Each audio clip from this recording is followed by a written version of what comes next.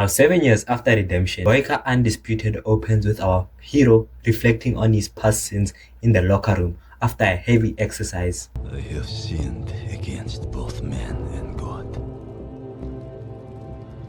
I've spent 10 years in a hole darker than hell, waiting, always waiting. I still do not know what this life is for. This is a man who's genuinely wrestling with the meaning of his existence. He's going through the motions of being the most complete fighter in the world. But you can see he's searching for something more. Boyka is now a free man fighting in underground matches in Kiev, Ukraine. This aren't prison fights anymore, but professional underground events with proper crowds and betting operations. Boyka dominates his opponents with the same spectacular techniques we've come to expect. And what would this franchise be without any prison politics inside? That fat pig Russian is still the warden of this place. Genuinely forgot his name. We are then introduced to this huge guy with shackles and being transported by 4 guards. For you to be transported by 4 guards with a dog mouth cage over your mouth is crazy work. And I kind of feel sorry for this fighter because he knows his coke. Then see Boyka in a Catholic church and he is donating books using the money he gained from the winnings from his fights. He comes here after every fight to donate. Boyka is struggling to be a fighter while also being religious because violence doesn't seem to follow the peaceful religion doctrine, and the donations are just his way of dealing with the conscience and somehow erasing his sins. Kinda. If it's salvation you seek, violence is not the answer. But I told you, it's a sport. We have rules. Even if you do have rules, do you think God approves of what you do? I think God gave me this gift. And I think it would be a sin to waste it. Violence has a way of consuming men. Boyka's manager Krill manages to arrange a legitimate qualification fight tournament in Budapest. Boyka is tired of fighting underground and wants to go legit. The scouts are watching and this is his shot at the big time. He then fights a fighter named Victor. This fight starts like any other, 2 skilled fighters testing each other's ability, but then something goes horribly wrong. Boyka obviously takes him down, and Boyka, out of sportsmanship, tells him to stay down.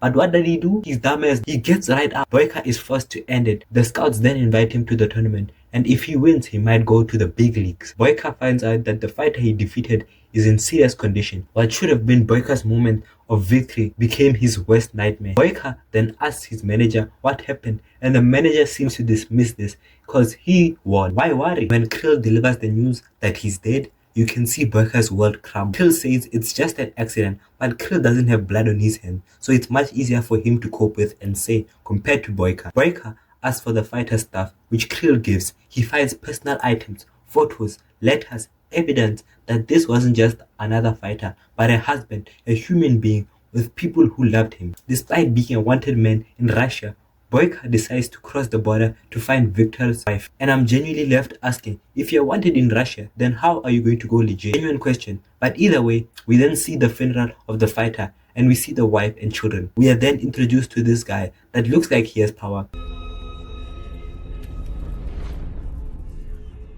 We then find out that Victor's family owes a lot of money to this man and he's still going to collect that debt either way. Drovny is a small Russian town that feels authentically lived in rather than like a movie. When Boyka finds Alma, Victor's ex-wife, now widow, is working as a waitress in an underground fighting club, the same kind of violent world that created the circumstances of her husband's death. Boyka tries to talk to her, but he's quickly taken out by security because he's disturbing her while at work. This man won't let him near Alma, leading to the first scene where Boyka dismantles several thugs without breaking a sweat. We then get introduced to Zorab, our antagonist. I really like Gaga, but Gaga just can't be taken serious. But Zorab, this is a different kind of animal. He's not just the prison warden or a mob boss. He's a local crime lord who owns the town and everyone in it. His control over Alma isn't just financial, it's complete domination disguised as business. I own this city. You try to talk to her one more time, I'll fucking kill you. Now get the hell out of my face. Boyka just wants to apologize, to talk to her, to somehow make amends. When Boyka finally gets to speak with Alma, he apologizes and tells her that he knew her husband and reveals that he was the one that actually killed her husband. And if there's anything that he can help, he would gladly do it. The reaction is devastating. He doesn't want his apology or his blood money. She wants Victor, and that's the one thing Boyka can never give her. Boyka finds out that Alma owes money to Zorab because of a loan for a community center.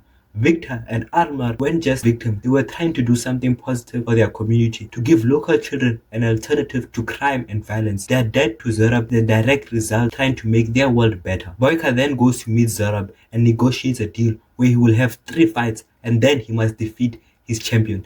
This sets up the film's structure. He's not fighting for personal glory this time or survival anymore. He's fighting for redemption, to free someone from the consequences of his actions. Zorab knows everything about Boyka, even his first name, which shows how much control he has and information. And in Russia, Boyka is viewed as a legend, which he deserves. Boyka's first fight for Zorab is almost anticlimactic. He destroys his opponent with minimal effort. Alma allows Boyka to train at the community center. The second fight is truly special in the fact that Boyka is fighting against 2 fighters. I mean, they did agree on 3 fights, but not that they would be one-on-one. So that's why you have to read your terms and conditions. During the fight, Alma is infatuated by how well Boyka fights, so that's fighting race day. 2-on-1 fights are notoriously difficult to choreograph convincingly, but this sequence makes it look effortless.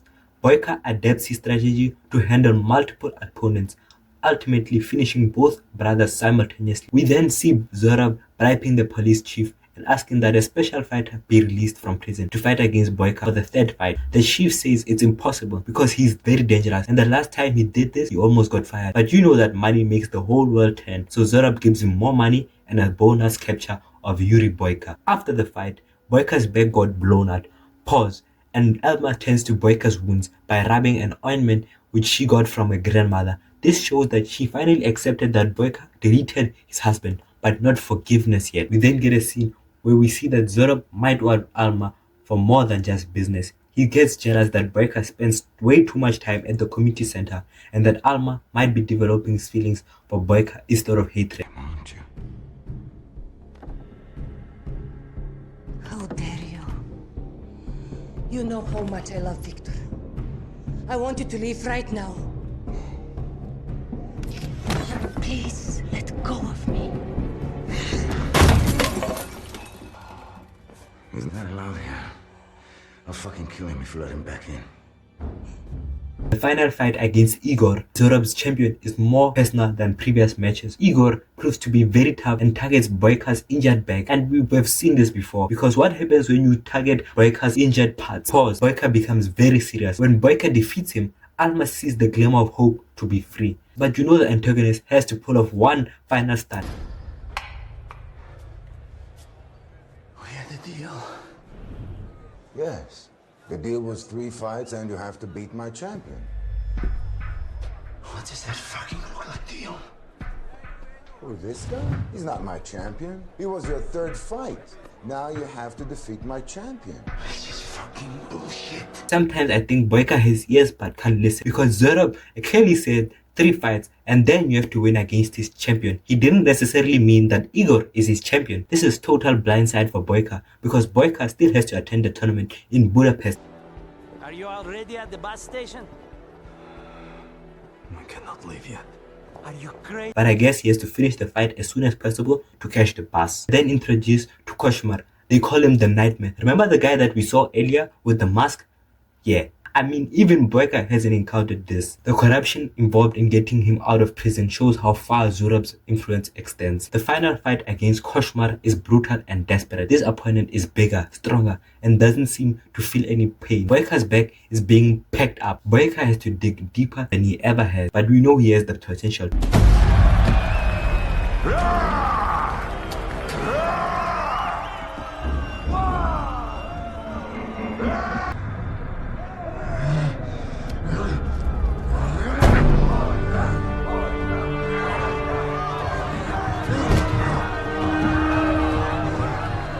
When he finally breaks Koshmar's leg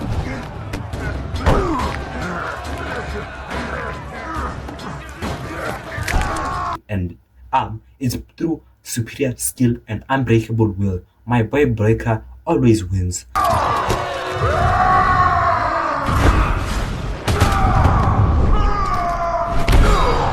This is what I respect about Gaga. He was an honorable villain, if there's something like that either way. And he would have taken the L if it happened. But Zorab decides to take Alma hostage rather than honor their deal. He was never going to let her go because Zorob wants her for real. We then get a shootout and Boyka gets a hold of Zorob and unalives him.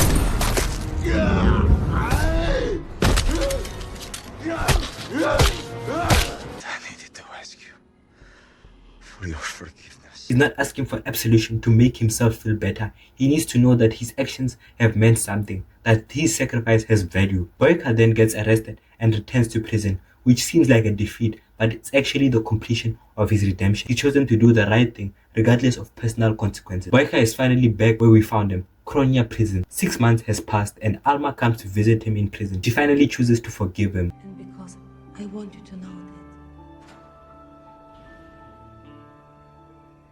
I forgive you. Look, it's empty. You changing up already? I'm just saying.